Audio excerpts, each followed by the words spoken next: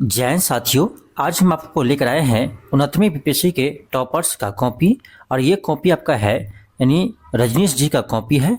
और इनका आपका रैंक है 29 रैंक आया था। ठीक है, इसका रैंक आया था 29 आपका। और ये आपका 29वीं बीपीएससी का टॉपर्स का कॉपी है। आज हम देखेंगे इसका आपका GS2 का पेपर देखेंगे, GS2 का कॉपी देखेंगे। इससे पहले हम इसका आपका GS1 और ऐसे का कॉपी आपको दिखा चुके हैं। तो चलिए हम देखते हैं GS2 में से कितने नंबर आया है। ठीक है, आप देख सकते हैं आपका GS2 में आपका मात्र 123 नंबर है। ठीक है, अब समझ सकते हैं आपका कि GS2 में स्टूडेंट को नंबर कम क्यों आता है, इसको हम देखेंगे आज। और 123 नंबर ही आपका GS2 में, फिर भी इनका रैंक आपका 29 रैंक है। इसका कारण आपका है कि GS आपका 1, GS पेपर 1 और ऐसे में आपका नंबर इसका अच्छा था, इसीलिए इसका रैंक आपका 29 आया है। ठीक है, तो चलिए हम इसका कॉपी को देखते हैं। नंबर तो आप देख ही लिए, चलिए कॉपी को देखते हैं। ठीक है, ये देखिए आपका कॉपी इनका है, ये आपका यानी जांच क्या हो कॉपी है। ठीक है, देखिए आपका क्वेश्चन फर्स्ट को ये लिखे हैं। आपका क्वेश्चन ए जो है कि भारतीय संविधान से संबंधित मूल ढांचे के सिद्धांत का आलोचनात्मक मूल्यांकन कीजिए। ये आपका 8 नंबर का क्वेश्चन है, यानी आपका शॉर्ट टाइप का क्वेश्चन है 8 नंबर का। ठीक है, चलिए देखते हैं क्या लिखे हैं। भारतीय संविधान में मूल ढांचे की संकल्पना केशवानंद भारती बनाम केरल राज्य सरकार वाद 1973 में आया था। ठीक है, बिल्कुल अच्छा है। आगे देखते हैं क्या लिखते हैं। इसकी शुरुआत मूलतः मूल अधिकार में संशोधन या कम करने की शक्ति संसद को है या नहीं, इससे हुई है। ठीक है, केशवानंद भारती में सर्वोच्च न्यायालय ने कुछ मूल ढांचों को बताया है, तथा यह कहा है कि न्यायालय समय समय पर इसे विस्तृत करेगी। ठीक है, फिर यहाँ बता दिया आपका कुछ प्रमुख मूल ढांचा। ठीक है, जैसे संघवाद है, संविधान की सर्वोच्चता है, जैसे कानून का शासन है, शक्ति का पृथक्करण है, न्यायिक समीक्षा है।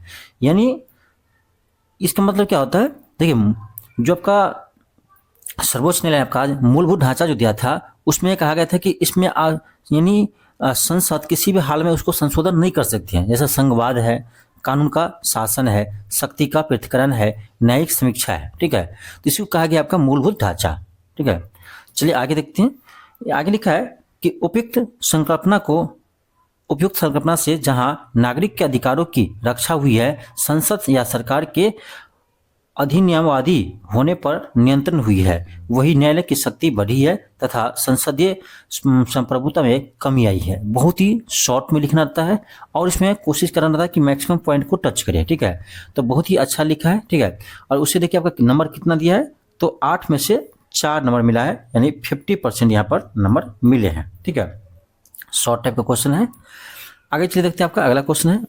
अगला क्वेश्चन है आपका कि क्या आर्थिक रूप से पिछड़े वर्ग हेतु आरक्षण तर्कसंगत है, टिप्पणी कीजिए। आपको पता होगा EWS का जो आरक्षण दिया था उसी पे ये प्रश्न आपका पूछा गया है।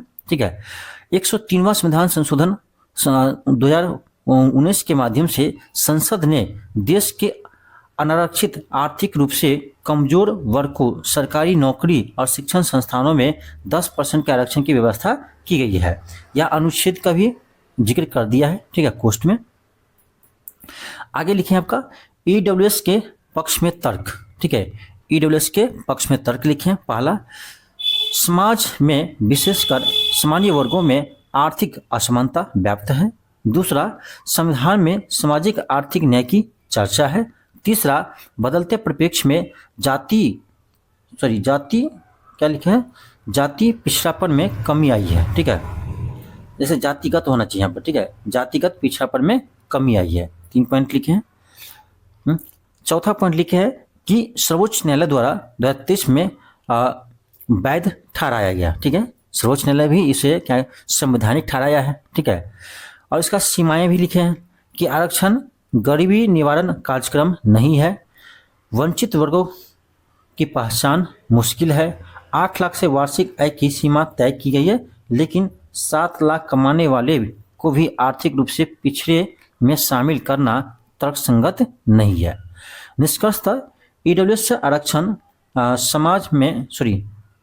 EWS आरक्षण यहाँ क्या लिखा पता नहीं चल रहा है, में आर्थिक रूप से पिछड़े सामान्य वर्ग के लिए लाभदायक है। इससे देश के समावेशी विकास और सबकी भागीदारी का सपना पूरा होगा। ठीक है, तो ठीक ठाक लिखा है, तो इसलिए 4.5 नंबर है इसमें भी मिले हैं। ठीक है, चलिए आगे देखते हैं। अगला क्वेश्चन देखिए, आपका ये क्वेश्चन है कि भारतीय संविधान की संशोधन प्रक्रिया का आलोचनात्मक वर्णन कीजिए। ठीक है, भारतीय संविधान की संशोधन प्रक्रिया का आलोचनात्मक वर्णन करने के कहा है। ठीक है, लिखते हैं कि संविधान के अनुच्छेद 368 के तहत संसद को संविधान संशोधन करने का शक्ति दी गई है। यह 3 तरह के हैं। पहला सामान्य बहुमत से, दूसरा विशेष बहुमत से, और तीसरा होता है आपका विशेष बहुमत तथा कम से कम आधे से अधिक राज्यों द्वारा प्रस्ताव पारित करने के बाद। ठीक है, तो ये 3 तरह का होता है, आपको भी पता होगा। आगे लिखते हैं कि संघवाद को प्रभावित करने वाले मुद्दे, उदाहरण वस्तु और सेवा कर, यानी ये कब होता है तो इसको भी इंक्लूड कर दिया है। ठीक है, कब राज्य को भी सहमति होना चाहिए तो दिखा दिया है कि जीएसटी जैसे व्यवस्था में राज्य को भी सहमति होना अनिवार्य है। ठीक है, भारतीय संविधान लचीले एवं कठोर का सम्मिश्रण है, अतः बदलते समय के अनुरूप संविधान को जीवंत बनाए रखने के लिए संशोधन आवश्यक है। संसद पर कुछ सीमाएं भी है। पहला न्यायिक समीक्षा, ऐसा नहीं कि संसद कुछ भी संशोधन कर सकते हैं, उसके बाद सुप्रीम कोर्ट से न्यायिक समीक्षा करते हैं। ठीक है, अनुच्छेद 13 के तहत मूलभूत ढांचे में संशोधन संसद नहीं कर सकते हैं, इसलिए तो सर्वोच्च न्यायालय न्यायिक समीक्षा करते हैं। तीसरा मौलिक अधिकार का हनन नहीं कर सकते हैं। ठीक है, अनुच्छेद 32 के तहत। ठीक है, तो ये तीनों पॉइंट लिखे हैं, बहुत ही शॉर्ट में लिखे हैं और बहुत ही अच्छा लिखे हैं। ठीक है, आगे करें। हालांकि इसके बावजूद संविधान में अब तक 106 संशोधन हो चुके हैं, जिसका परिणाम है कि आज भारत विश्व का सबसे बड़ा लोकतंत्र है। अतः ध्यान रखने की आवश्यकता है कि संविधान संशोधन से पहले व्यापक चर्चा होनी चाहिए। ठीक है, बहुत ही अच्छा अपने भाषा में लिखे हैं, तो उसको यहाँ 8 में से 4 नंबर मिले हैं। ठीक है, नेक्स्ट क्वेश्चन आपका है बताइए कि किस प्रकार भारतीय संविधान की प्रस्तावना संविधान के उद्देश्यों की कार्य योजना प्रस्तुत करती है। तो उसको लिखते हैं, प्रस्तावना संविधान सभा के सदस्यों का आशय स्पष्ट करने की कुंजी है। बेरुवादी संघवाद 1960 में सर्वोच्च न्यायालय ने कहा था। ठीक है, इसका स्टेटमेंट का यहाँ यूज कर लिया है। आगे पर कहते हैं कि प्रस्तावना भारतीय संविधान का सरात्व है। इसमें संविधान के मूल लक्षण परिलक्षित होते हैं और यह संविधान के दार्शनिक हिस्से का भाग है। ठीक है, प्रस्तावना को वर्ष 1946 में नेहरू जी के द्वारा उद्देश्य प्रस्ताव के रूप में प्रस्तुत किया गया था। ठीक है, आगे लिखते हैं हम भारत के लोग अनुच्छेद 325 तथा अनुच्छेद 326 के माध्यम से। ठीक है, यहाँ फिर लिखते हैं आपका दूसरा सामाजिक आर्थिक राजनीतिक न्याय। ठीक है, नीति निष्ठत्व का उल्लेख कर दिया है 36 से 51, कानून की समक्ष समानता अनुच्छेद 14 का। फिर करें संपूर्ण प्रभुत्व संपन्न। ठीक है, अनुच्छेद 83 के तहत संसद को देश के सभी क्षेत्रों के लिए कानून बनाने का शक्ति है। आगे करें आपका लोकतांत्रिक गणराज्य, राष्ट्रपति का चुनाव अप्रत्यक्ष रूप से। फिर करें पंथ निरपेक्ष। ठीक है, यानी प्रस्तावना में जितने भी शब्द है ना उनको क्या किया, डिफाइन कर दिया। ठीक है, शॉर्टली बता दिए हैं। देखिए, इसको 4 नंबर यहाँ मिले हैं आपका। ठीक है, आगे देखते हैं आपका अगला क्वेश्चन है। अगला क्वेश्चन आपका है कि जातीय जनगणना किस प्रकार बिहार की राजनीति को प्रभावित करेगा, इसका वर्णन कीजिए। ये क्वेश्चन ना बहुत अच्छा प्रश्न है। ये आपका आगे भी प्रश्न आ सकता है, 17वीं बीपीएससी में भी आपका ये प्रश्न आ सकते हैं, तो आप इसको तैयारी कर लीजिएगा इस क्वेश्चन को। ठीक है, मुझे लगता है, ऐसा अनुमान लगता है। ठीक है, क्योंकि ये बहुत चर्चा में रहा था। तो जातीय गणना किस प्रकार बिहार के राजनीति को प्रभावित करेगी, इसका वर्णन कीजिए। ठीक है, ये प्रश्न आने का चांस इसीलिए भी है क्योंकि इसी साल आपका बिहार विधानसभा का चुनाव भी होने वाला है। ठीक है, वर्ष 2023 में बिहार सरकार ने 2 चरणों में जातीय गणना कराई, जिसके आंकड़े जारी हो चुके हैं। यह सामान्य प्रशासन विभाग के द्वारा कराई गई है तथा यहाँ पता नहीं चल रहा मुझे क्या लिखे हैं। आगे देखते हैं। आगे लिख रहा है आपका कि बिहार के राजनीति पर प्रभाव। ठीक है, पहला बिहार की राजनीति में जाति का मुद्दा पुनः चर्चा में आ गया है। दूसरा, जाति राज्य के चुनाव में एक प्रभावी भूमिका अदा करती है और ऐसे में सभी पार्टियों के लिए जातिगत समीकरण साधना जरूरी है। ठीक है, तीसरा, आरक्षण बढ़ाया गया है। देखिए, मेन तो यही है कि इस जो जाति गणना हुआ है उसमें आपको फायदा तो पार्टी को ही मिलेगा, खास करके वो पार्टी को जो जाति यानी आधारित चुनाव लड़ते हैं और जाति के आधार पर चुनाव जीतते हैं, उसी को फायदा ज़्यादा मिलेगा, ठीक है, जो जातिगत राजनीति करते हैं, ठीक है। इसी बात को यहाँ लिखा भी गया है और इसको लिखना भी चाहिए, ठीक है, तभी तो आपको नंबर देगा।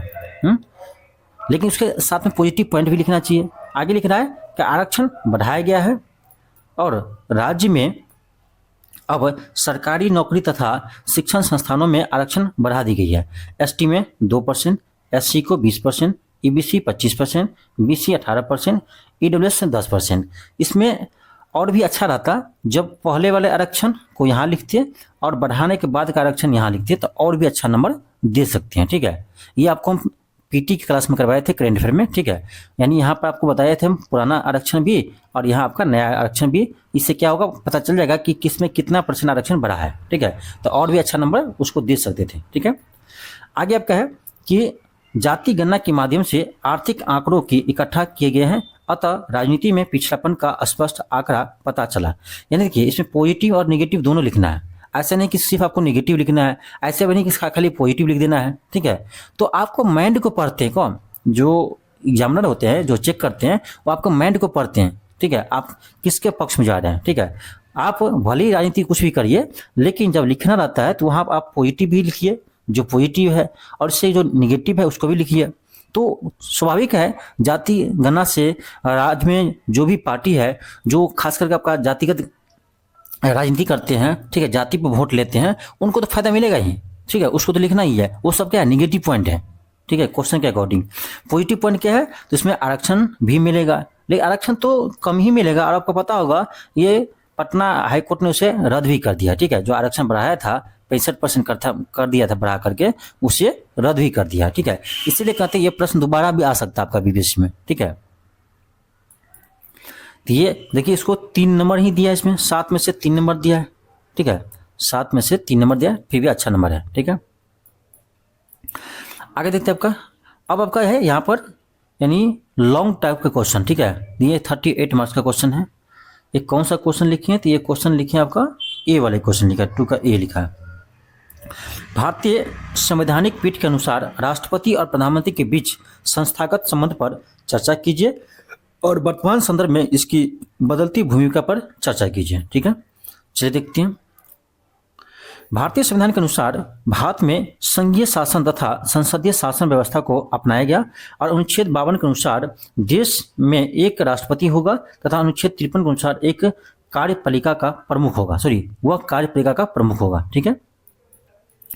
आगे लिखते हैं आपका कि अर्थात राष्ट्रपति देश का प्रतिनिधि तथा प्रथम नागरिक होता है।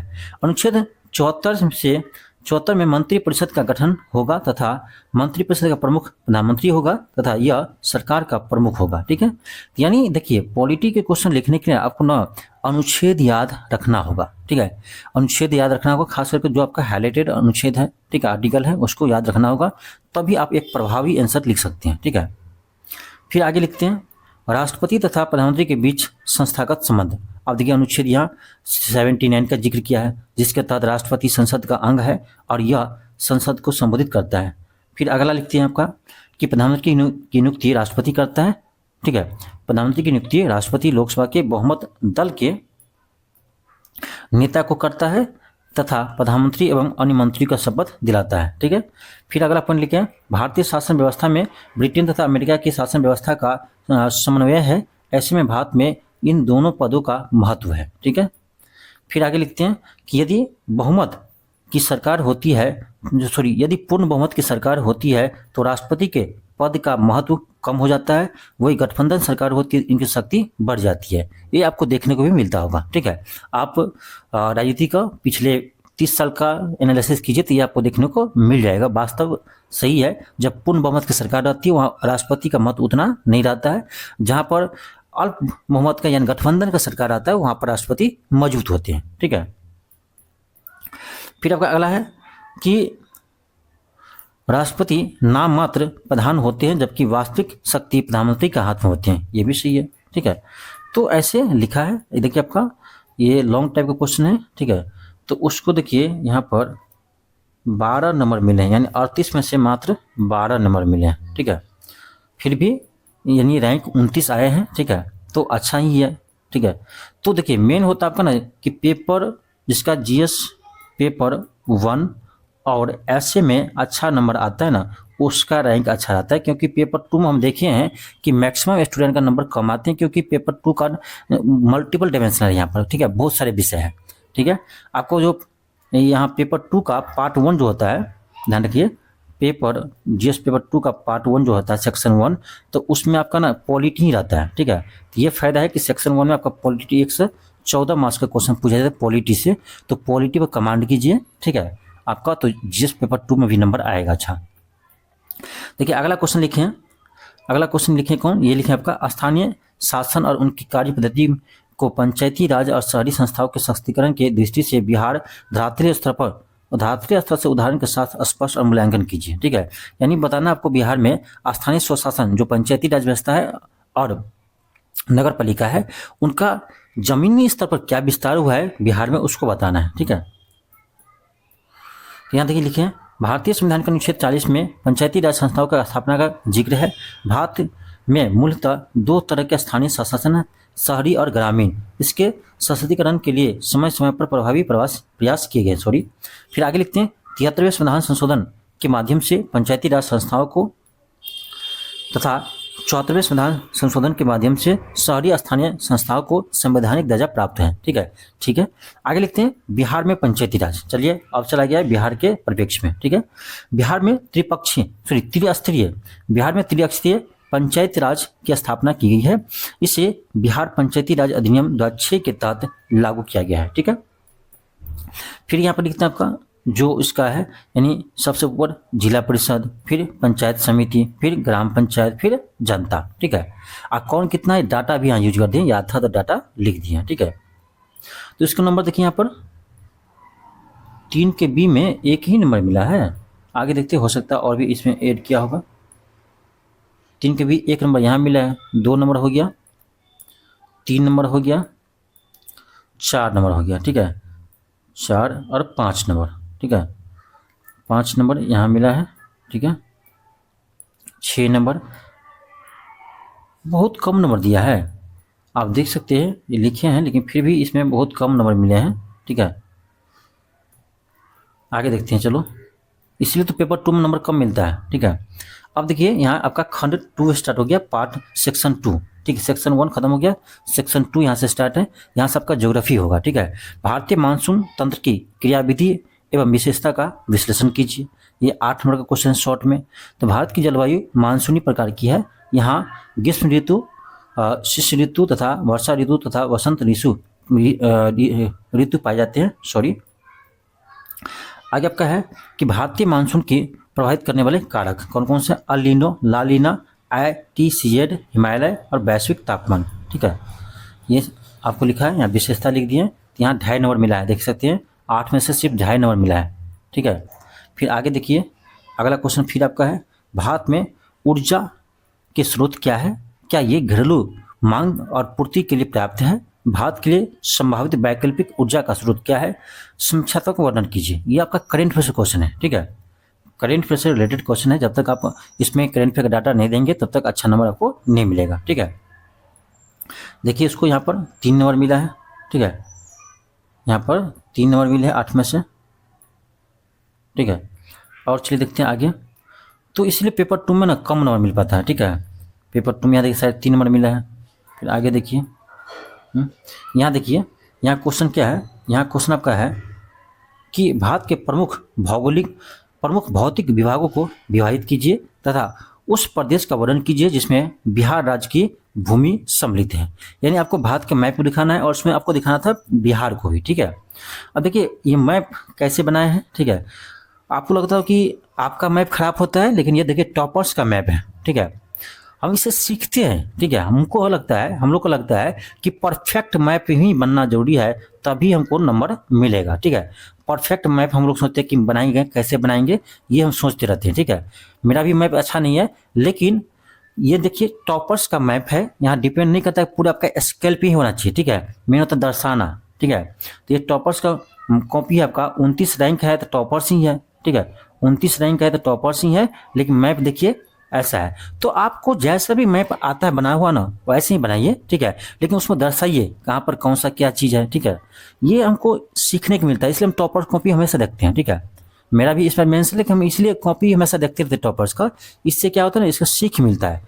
हालांकि इसको 1.5 नंबर ही मिला है, 7 में से 1.5 नंबर मिला है, क्योंकि पूरा लिखा ही नहीं है तो कहाँ से नंबर मिलेगा, ठीक है। तो इसीलिए कहते हैं टॉपर्स को कॉपी को देखना चाहिए। और इसका आपको पीडीएफ चाहिए ना, तो पीडीएफ के लिए आपको टेलीग्राम ज्वाइन करना होगा। टेलीग्राम ज्वाइन कर लीजिए और टेलीग्राम पर आपको इसका पीडीएफ मिल जाएगा, ठीक है। टेलीग्राम का भी आपका नेम सेम है जो चैनल का नाम है, तो न्यू ऑक्सफोर्ड सर्च कीजिएगा, ठीक है।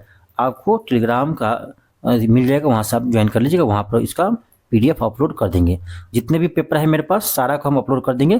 तो ये आप न्यू ऑक्सफोर्ड एजुकेशन का टेलीग्राम चैनल को ज्वाइन कीजिए, वहाँ से आपको ये सारा पीडीएफ मिल जाएगा। क्योंकि आप बताना इतना पॉसिबल नहीं है हर चीज़ को, ठीक है। यहाँ देखिए बिहार से रिलेटेड भी क्वेश्चन आपको रहता है, ठीक है। ठीक है, तो यहाँ देखिए बिहार का मैप देखिए, आप ही देख लीजिए, बिहार के मैप को देख लीजिए, ठीक है। क्योंकि वहाँ समय नहीं रहता है उतने अच्छे से बनाने के लिए, ठीक है। तो आपको जैसे भी आता है वैसे आप बना सकते हैं, ठीक है। कोई ज़रूरी नहीं कि परफेक्ट मैप ही बने, ठीक है। तो इस तरह से आप दर्शा सकते हैं। मैप भी देख लिया, हाँ मैप को लिखना बताना जरूरी है, क्योंकि इससे नंबर आपको बढ़ेगा, ठीक है। इसमें देखिए लॉन्ग टाइप का क्वेश्चन है, तो 38 में से उन्हें 17 नंबर मिले हैं, ठीक है, अच्छा नंबर है पेपर 2 के अनुसार, ठीक है। तो चलिए मिलते हैं आपको अगले क्लास में, ठीक है। आप इसका पूरा देख सकते हैं, उसका पूरा आपको देखना है तो पीडीएफ ले लीजिएगा। इसका पीडीएफ आपको टेलीग्राम पर मिल जाएगा, आप टेलीग्राम ज्वाइन कर लीजिए, पीडीएफ वहाँ पर सारा हम अपलोड कर देंगे, ठीक है। चलिए मिलते हैं इस क्लास में, थैंक यू, धन्यवाद।